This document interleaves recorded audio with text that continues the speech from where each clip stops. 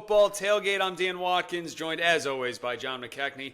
John, here we are, middle of February, just kind of navigating these uncharted waters at this point as we're firmly behind the transfer portal window, yet still got some weeks to go before spring practices start up here. So we're just trying to navigate our way through the offseason. But anyways, man, how you doing? Doing well. Pitchers and catchers are reporting, baseball is near, that you can feel the end of winter, at least like you're trying to at least tell yourself that Punxsutawney Phil was wrong. And, still, as always, that rat, as always, we still have college football firmly on the brain. And I think we got some good stuff for the people here on this episode today. Absolutely. So, we're kind of like I said, uncharted territory, uncharted waters, trying to figure out, what a good lead topic is for this week's show. And I figured, it's been a few minutes, been a few shows since we've really talked about Lane Kiffin. And I don't know about you. I personally, I have a Uncle Lane quota that I need to hit every month where we have to spend some time talking about him. And since we've been doing our little spotlights and stuff like that, and we've talked about Texas and we've talked about Florida and we've talked about USC and Miami, I thought, you know what? Let's talk about LSU, because I think there are some pretty lofty expectations this year down there in Baton Rouge for the first time in a few years that they might actually be able to live up to. And we'll get to that in a few minutes. We're going to talk about LSU. We're going to rank some quarterbacks ahead of spring practice and all that kind of stuff.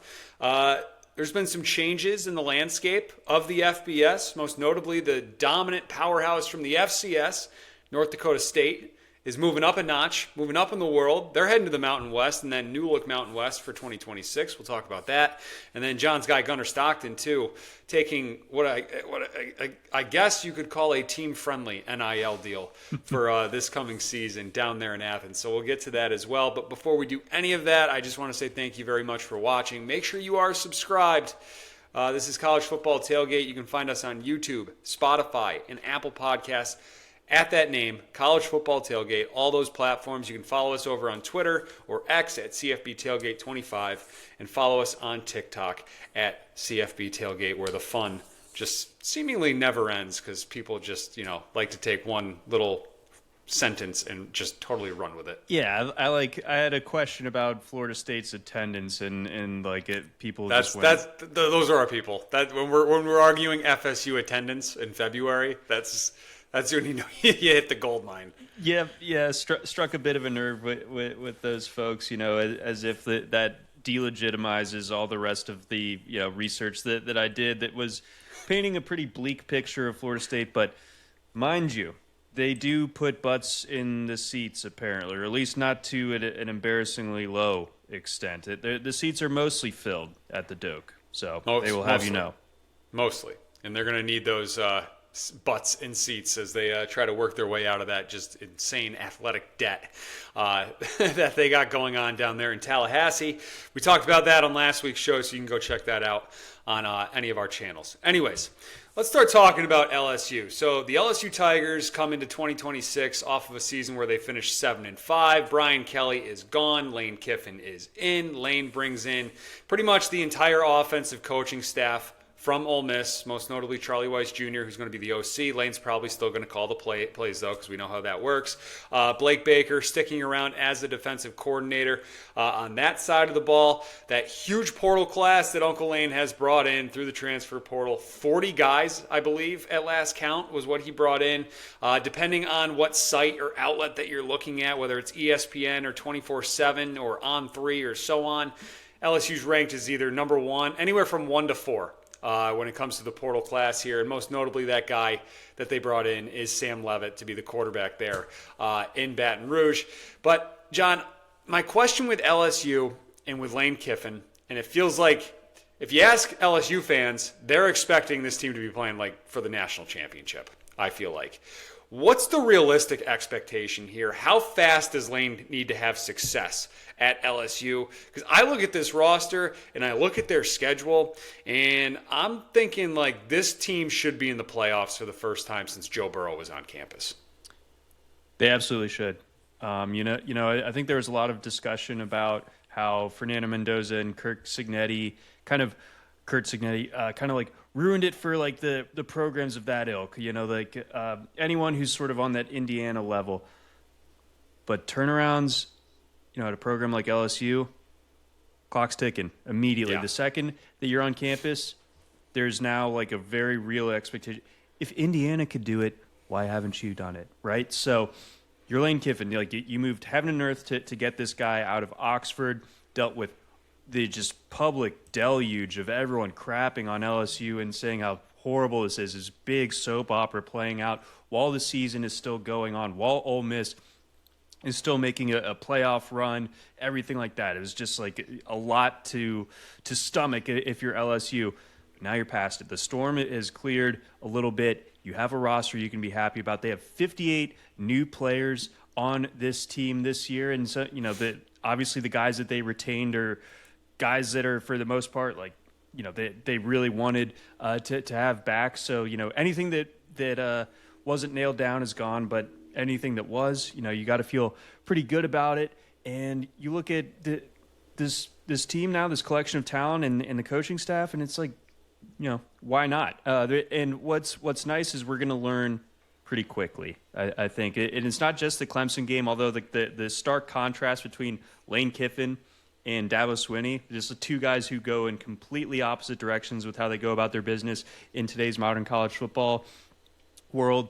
That's fun. You get to go to Ole Miss in September as well. You get Texas A&M coming to Tiger Stadium in September as well. So we're going to know pretty early on, I think, when it comes to LSU, just how quickly this Lane Kiffin era can turn things around. Yeah, absolutely. I mean, if you look at what Lane did at Ole Miss, right? Double-digit wins in 4 out of the last 5 seasons. I'm sure the higher-ups there, I mean, all the way to the governor's office, because we learned that's how things work at LSU, are probably sitting there thinking, like, okay, you just did that at Ole Miss in 4 out of the last 5 seasons. You don't really have an excuse to not do this here at LSU in 2026. Like 10 wins, I feel like, is a reasonable expectation, if not their floor this season. And we'll take a look at their schedule in a few minutes because I do think it sets up really nicely. But you just look at what Lane Kiffin has brought in here. You mentioned 58 new guys to this roster. Sam Levitt is the most notable one.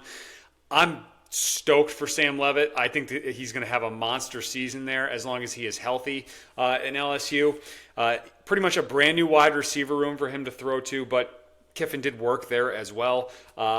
Bringing in 4 out of the top 50 wide receivers in the portal to that room. The big tight end there, Trey'Dez Green, is back. He led the Tigers in touchdown catches, touchdown receptions a year ago. He's an absolute physical freak, 6'7", 250, something like that, and he's still growing. And then Harlem Berry is back too. He stayed, which I think was huge for them. Ran really well as a true freshman last year, especially down the stretch. Nearly 5 yards per carry as a true freshman. So I got some lofty expectations for him too out of the backfield. And then, I think the skeptics are kind of pointing at, well, there's a lot of new here, right? And it's tough to get that cohesion in year one when you got all this newness coming around. I argue, John, that the counterpoint to that is, who would you rather have, swirling that pot around and mixing that stew with all these new pieces than Uncle Lane Kiffin at LSU? No, exactly. Like he's the guy that understands how to do this, how to mesh things, how to get that stew nice and cohesive in a pretty rapid order. And I think you're bringing up what's the counter to that. I don't know what, like Penn State or something last year, or Clemson last year, where it's like that. Oh, everybody's back. It must mean that they're going to be good. No, like the new way of the world is adapt fast or die in college football, right? Like You're having to make these wholesale changes on your roster. It's not just, we lost our left tackle from last year. Oh, our quarterback went to the NFL. It's like, yeah, we have half new guys now, and we're gonna have to figure it out. And I still think that objectively that is a challenge that Lane Kiffin's gonna have to navigate. But I think that the track record tells us, and the talent that these players have on paper here, it paints a picture where I feel like you can feel pretty confident that LSU gets itself back on the right track and pretty fast. Yeah, and it definitely seems like a lot of people are feeling this way nationally. So ESPN has an article out about like what to expect, their expectations for 2026 and early looks and all that kind of stuff. But if you go down in that article, and there's a part of this article that's titled "Who is poised to make a CFB playoff breakthrough?" And the first team listed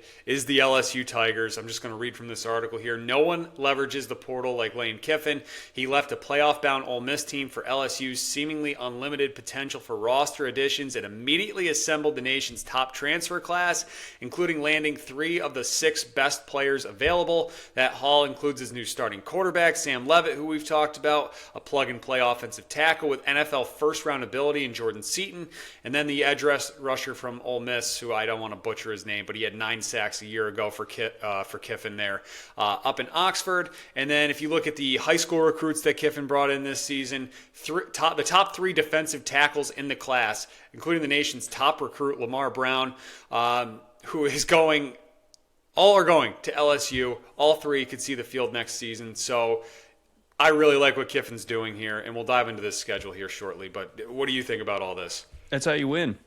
You get the big trenches, and you're probably going to be in pretty good shape. Yep. Quarterback is set. The scheme is going to be great. Bringing Seaton in as the left tackle, I think, is really nice. But you think back to, I'm sorry if this is like eye roll inducing, but like think of those Georgia national championship teams. Like, where were they at their best? They were at their best in the trenches. Jordan Davis, Jalen Carter, a nasty front 7 overall. Like, just being able to physically impose the opposing offensive lines, that's going to get you really far. So like the fact that LSU was able to pony up for 3 of these guys, which again, there's just like a limited number of people walking the earth that check the boxes to be physically a dominant interior defensive lineman, and particularly in a given recruiting class, and LSU got 3 of them. I mean, I think like outside of like Texas and what they've been able to do as far as like using their NIL to get these big hog mollies in the trenches, like that's a big state. And I think it shows you where Lane Kiffin's attention is. Like, we know that he can operate an offense that's going to, print points at will, but where has been the kind of the weak links in the Lane Kiffin teams that prevented him from making the playoffs or making a deep run? That there's always like that one loss that really stings you. It's probably being a little bit behind in the trenches. So this is like a sign where he's leveraging those kind of inherent advantages that LSU has to maximize a very, very important part of the field. That if you get that established, if you are just kind of pushing people around up front defensively, a lot of good things can happen to you from there. Yeah, absolutely. And look no further of what just happened this past season, right? We see Miami get back to the national championship game because they were so dominant up front on both sides of the ball, with both that offensive line and defensive line with first-round talent sprinkled across both lines of scrimmage there. Indiana was solid on both sides of the ball. Now, Indiana was a little older than most other teams, too, that they had that to their advantage. You look at Ohio State a couple of years ago with that defensive front and how good they were. Michigan a couple of years ago. Yep. Those Georgia teams, too. And I think we've seen Lane kind of like cherry pick pieces in the past. Like Walter Nolan immediately jumps to mind a few years ago in the portal, right? He was a huge addition for Ole Miss. But now we're seeing him just push his chips all in and really attack those trenches there. And just another reason I think LSU fans should be really excited for 2026. Yeah, as huge gets. I mean, there's not only like the element of getting those guys, it's also like the keep away element too, like where it's like not only do we have this, but that means that Alabama doesn't have these types of guys, or Texas doesn't have these guys, Georgia doesn't have these guys, Ole Miss doesn't have these guys. Like, no, they're on our team. Like it's like a twofold. Like I'm like double counting the recruiting wins for this as a result, because you're beating out those teams for these kind of rare assets as far as building your team up through the trenches is concerned. Like that. I think that there was a lot of like, is LSU actually a better job than Ole Miss in this current era? This type of recruiting class goes to show you that yeah, it probably is.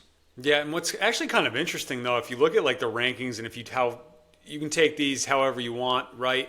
LSU's like right outside the top 10 pretty much across the board here when it comes to their like total class. I think they did a pretty good job what they've brought in here. Maybe because there was no real like sexy skill position player that they brought in, big name. That might be why they dropped down a little bit. But I think overall, Kiffin's done a really good job to set himself up with a nice like base layer here for year one. I think so as well. And I think again, like you have just like the right amount of talent at the right spots, and Levitt being, experienced. This will be his third year as like a true starter.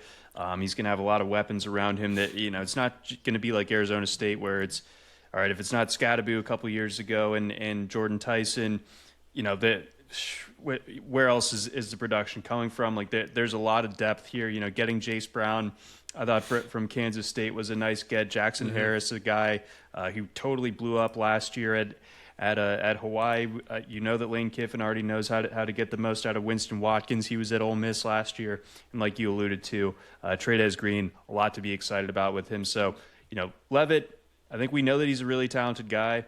Hopefully, he just is able to stay healthy this year, because if he is, I think that there's the experience variable plus the supporting cast variable is stuff that kind of puts him in probably Heisman consideration. Yeah, I agree with you, and let's put a pin on that. We will talk a little bit more about Sam Levitt in a few minutes. I'm curious where you view him when it comes to your quarterback rankings heading into spring camp and all that kind of stuff in a few minutes. But I do want to take a look at LSU's schedule here for 2026. Win totals I don't believe are out yet, John. I haven't seen any yet, but I'm guessing for LSU we're going to have like a 9.5 at worst on some of these books here. That's my guess too. Like taking a look, right? Like if you look at the front half of this schedule, yeah, we got this. So we do have Lane's return to Ole Miss, which ESPN has an article out of like which early season games you're looking forward to the most, and it's either this one or Ohio State, Texas on pretty much everybody's list. Those are two just monster games coming up in the month of September. But you look at this here, you get Clemson at home this season, Louisiana Tech, right? And then you have to go to Ole Miss, but you get A&M at home. Bama and Texas, you have them back-to-back, but both those games are in Baton Rouge towards the end of the season. Yeah. Like, no Georgia on this schedule, no Florida on this schedule. Like, I'm looking at this thing and, like, if they aren't at 10 wins, if this is not a 10-2 team, something went horribly wrong for LSU. Yeah, I mean, you have, like, a pretty tough schedule here on paper. Like, this is definitely nothing to sneeze at. I mean, one of your non-con games being Clemson. But things just kind of broke right as far as where the home and road games are. It's going to be tough to play Texas A&M, but you get them at home. You get Bama and Texas both at Tiger Stadium. That's huge. Like that I think is really kind of the thing that is going to prevent this season from falling off the rails. Because if the shoe was on the other foot and say they had Auburn at home or Kentucky at home and had to go to Tuscaloosa and had to go to Austin, maybe you're thinking more like, all right, 9-3 is a nice win here for Lane Kiffin in year one, but the way that it sets up, yes, you got a lot of tough opponents here. It is a bit of a gauntlet, but with that home schedule in particular and getting all those tough games at home other than going to Ole Miss, yeah, like you're saying, 10-2 feels like the expectation at very least here in year one for Lane. Yeah, it really should be. Like, you laid it out pretty perfectly. Like, with just all these games that are at home this season in Baton Rouge, probably going to be at night for a lot of them. Like, you'd have to think probably Bama and Texas are going to be back-to-back night games there. My God, that's not going to be easy for anybody. It's going to be hard on the fans. Yeah, that's a lot. Going to be barely recovered by Wednesday, and then they're going to have to start tailgating again.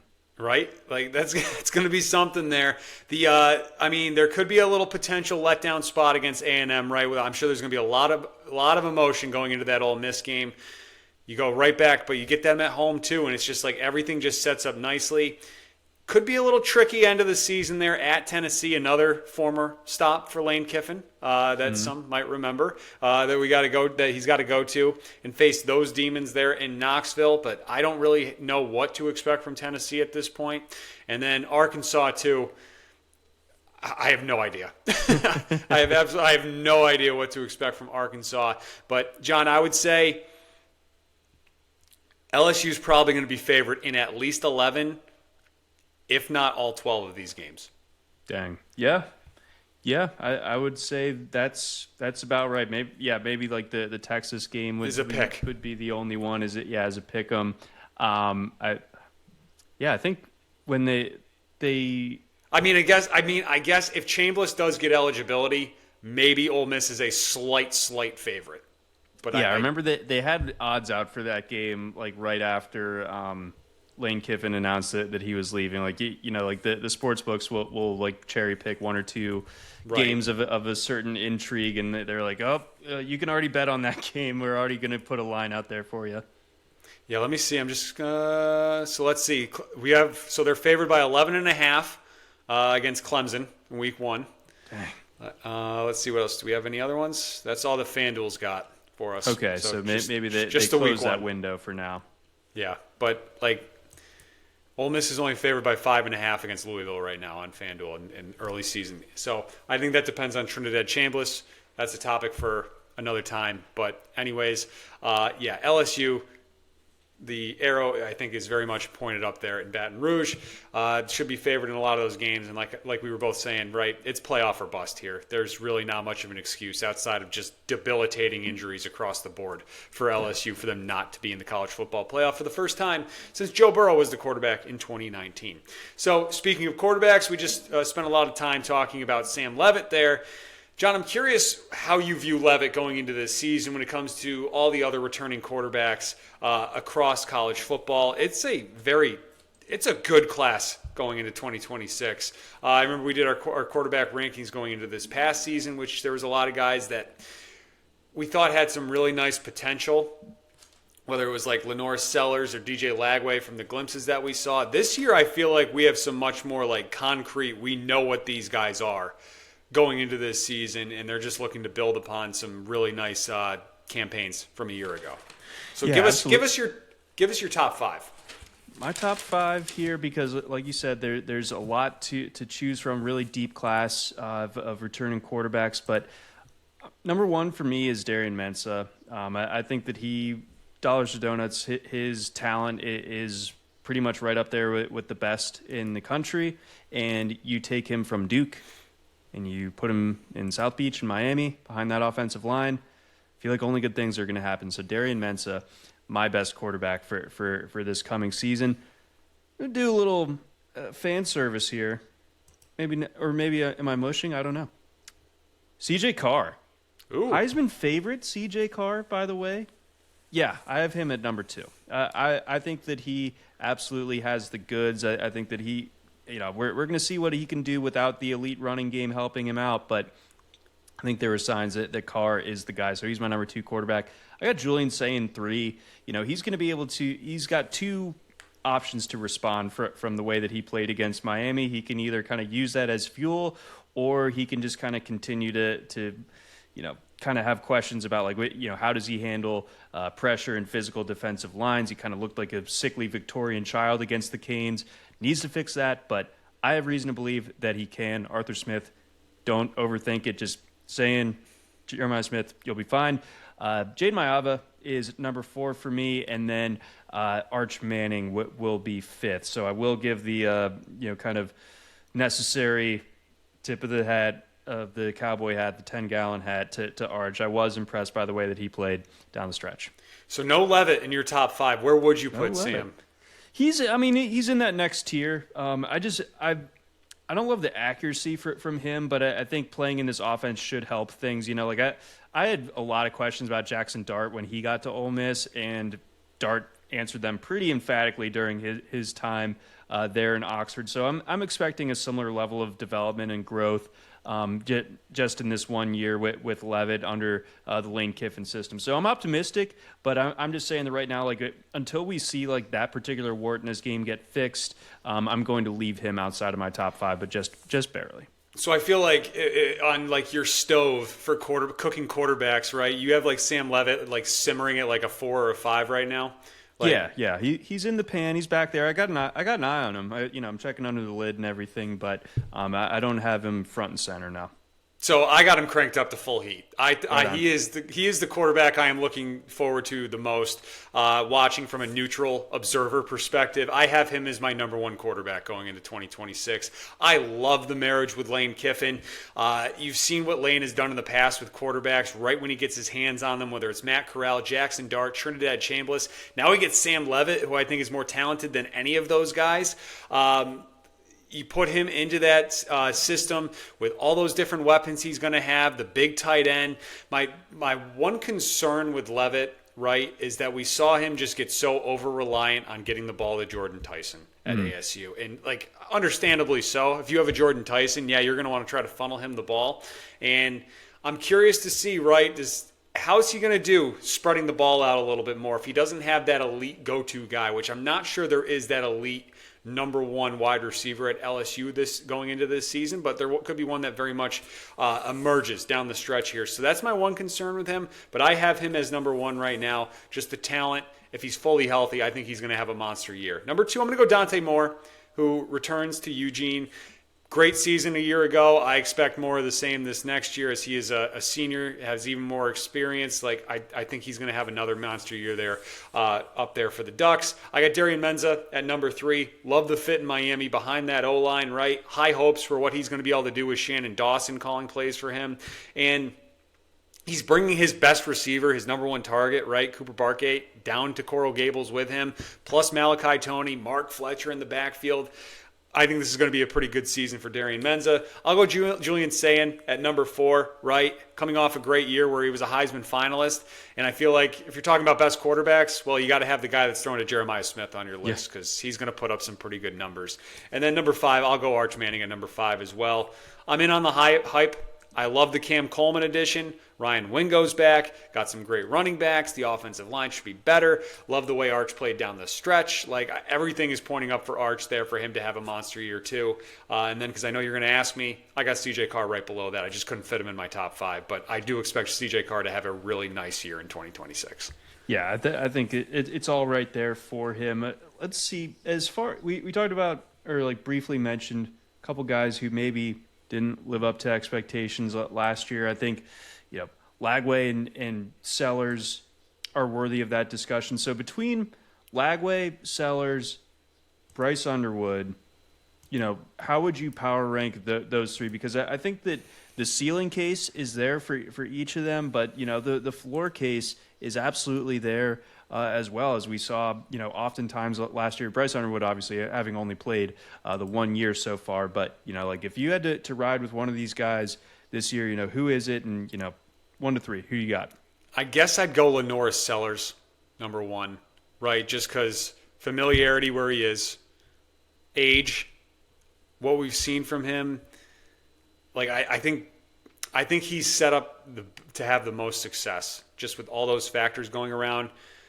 I'm curious to see what Underwood's going to look like with Kyle Whittingham as the head coach up there in Michigan, what they're going to do offensively. Like, we have seen some quarterbacks have some really nice years under Whittingham, like Cam Rising, right? We've seen him ball out in the past. It would have been. Did he transfer to Michigan, by the way? Like, are we going to do this at Michigan now too? More eligibility.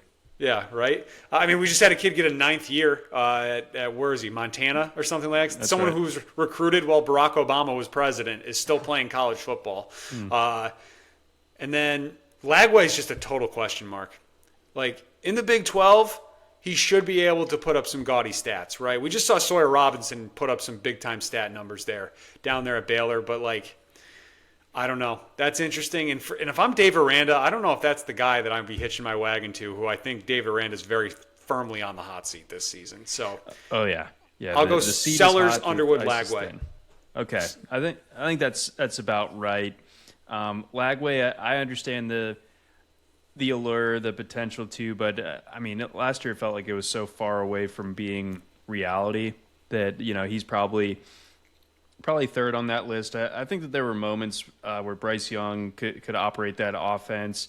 Last year, I know it'll be different, but as far as just like some of the throws, it's like he looks like I understand why Michigan gave him all of the money. But Sellers, for me, the number 1 guy. But man, Shane Beamer, like he's sort of SEC Aranda, except more annoying.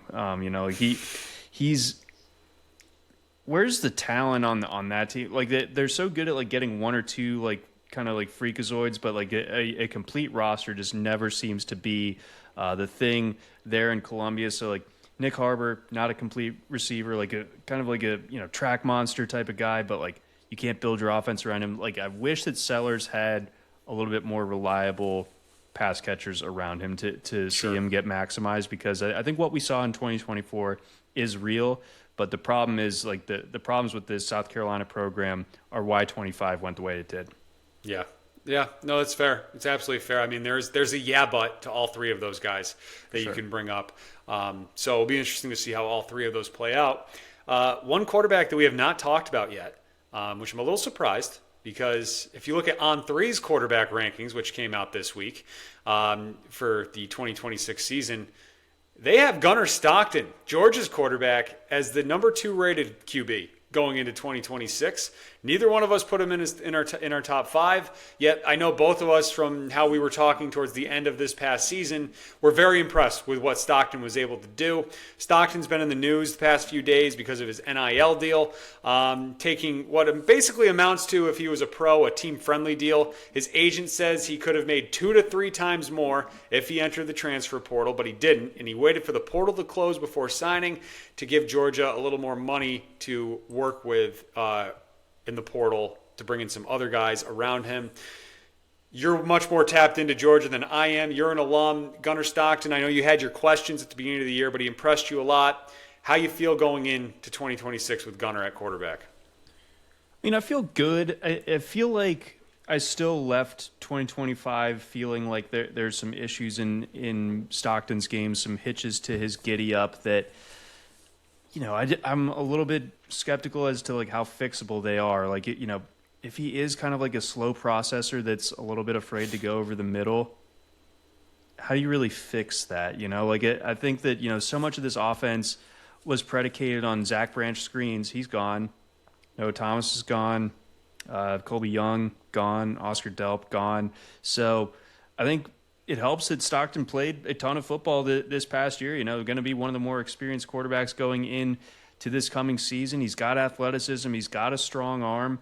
But I think that, if he takes a step forward in terms of like his maturation, his mastery of this offense, and having a better understanding also of like when to leverage his mobility, because I do think he has kind of underrated mobility, then absolutely Gunnar Stockton could be one of the best quarterbacks in college football. But I think for those reasons that I was discussing, and again with the kind of exodus of established connections that he has in this receiver room, he checks as like an outside the top 5 top of guy for me.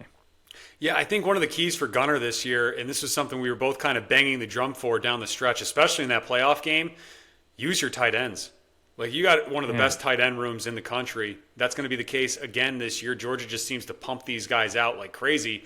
You got to use them. I mean, even if Delp is gone, there's other guys there that he can get the ball to.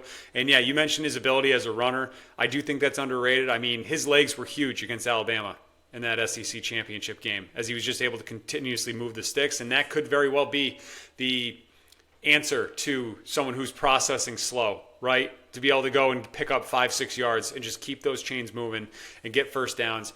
I expect Stockton to have a good year again and look even better.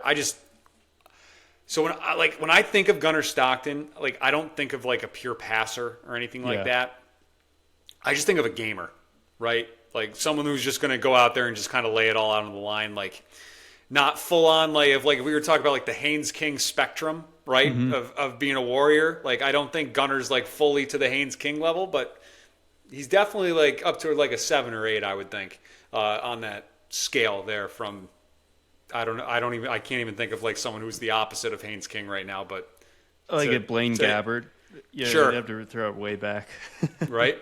On that scale, we'll workshop a name. Julian Sayin. There you go. Sorry. Hey. Anyways, we both had him ranked. We have him ranked. We believe, we did. But top 5. The dog. It needs more dog. It does. I mean, my concerns with Sayin is, one, Arthur Smith, the offensive coordinator, is my concern with him, and two, who's that other guy that's going to emerge as the second wide receiver behind Jeremiah Smith? I'm sure they got him, right? But they did lose. Ohio State did lose a few wide receivers in the portal, too. So I'm a little curious to what that depth in the receiver room is going to look like, which may be like lacking for the first time in like over half a decade there in Columbus. But they'll probably figure it out because that's just what they've all do. assured me that Brian Hartline was a fraud and he had nothing to do with recruiting or developing any of the success stories, and anyone that was kind of a flop during their time at Ohio State. Those guys were all Hartline's fault. So the problem is gone, everybody, at Ohio State. The big problem with their receivers has been fixed. So I'm sure it'll all be honky-dory. Very good. All right, very good. One other thing I want to talk about before we get out of here, some big news when it comes to additions to the FBS. North Dakota State, guys, the team that has won, 10 out of the last 15 FCS national championships, moving up in the world. They're going to join the new look Mountain West going forward here, starting in 2026. They pay that hefty buy-in fee, like $12.5 million or whatever it is, to join the Mountain West for the 2026 season.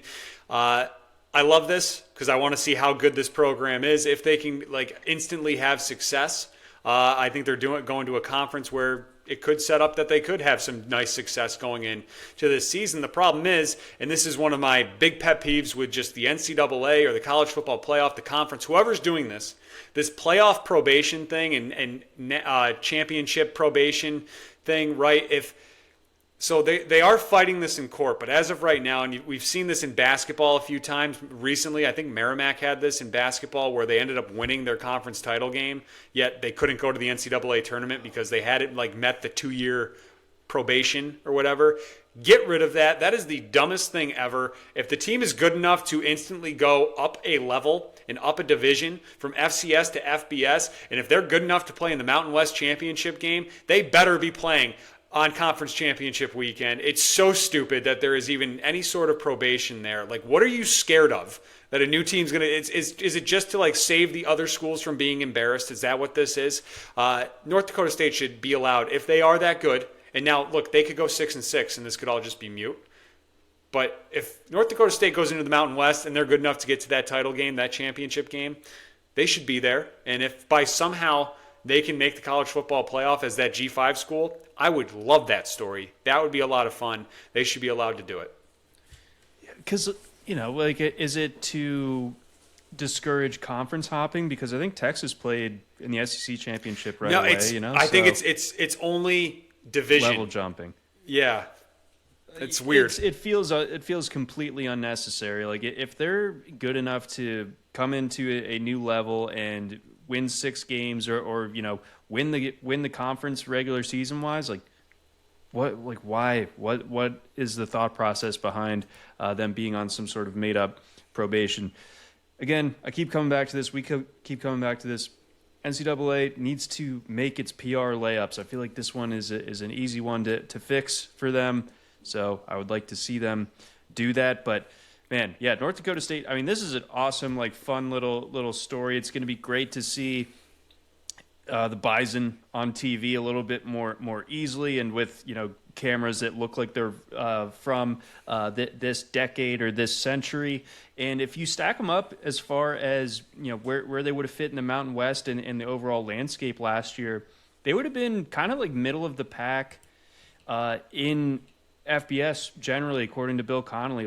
They would have been the 66th rated team in the country by SP Plus, right behind, interestingly, Boise State, and just a little bit behind UNLV and San Diego State. So they immediately could be an upper echelon Mountain West team that would be better than a lot of kind of mid-tier teams in other conferences. They rated better than Kentucky last year. They rated better than Minnesota. So this is a real program coming up. I'm really excited about this. I think they're going to be able to kind of hit the ground running.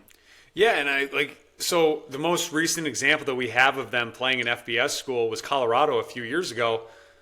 And I know people like to pick on Colorado and stuff like that, but still North Dakota State was leading that game at halftime. The Buffs do ultimately win. I think Shedeur Sanders had to throw for close to like 500 yards in that game. But this was at the start of the 2024 season. So, like, North Dakota State's a legit program. Like, I think they're going to come out swinging here. And it wouldn't surprise me, especially with just how this new look Mountain West is this season. They lost a lot, and we got to dive into the Pac-12, I feel like, in a few weeks here, just to like reacquaint ourselves and our audience too with what that conference is going to look like and just what the Mountain West is going to look like too. Like, I think there's going to be some fun, like, 9 o'clock Saturday East Coast kicks with like North Dakota State going at it with someone, and like they're going to be in all these. Like, I would be shocked, John, if like they went into this conference and like we're getting handled. Like, I don't see that happening. I expect them to be competitive in all their games. Yeah, they've probably had more draft picks than a lot of these programs in recent years. So at least a quarterback. Yeah, and offensive line. So I feel like they're gonna shout out Grace Abel. Right in there. And was it Cody Mock or whatever, the kind of crazy looking guy for the Buccaneers or something? Crazy ginger guy. Doesn't look like he has any teeth going on up there. He's a Buccaneer. They've got guys.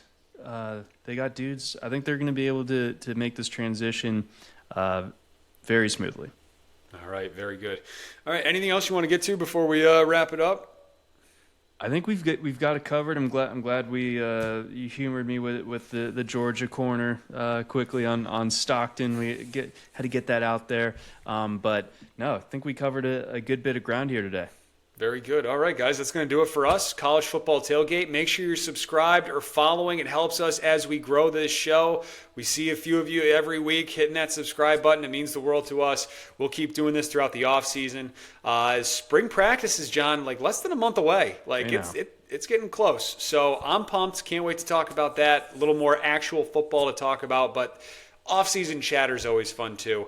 We'll be back next week. For John, I'm Dan. Thanks, guys. We'll talk to you.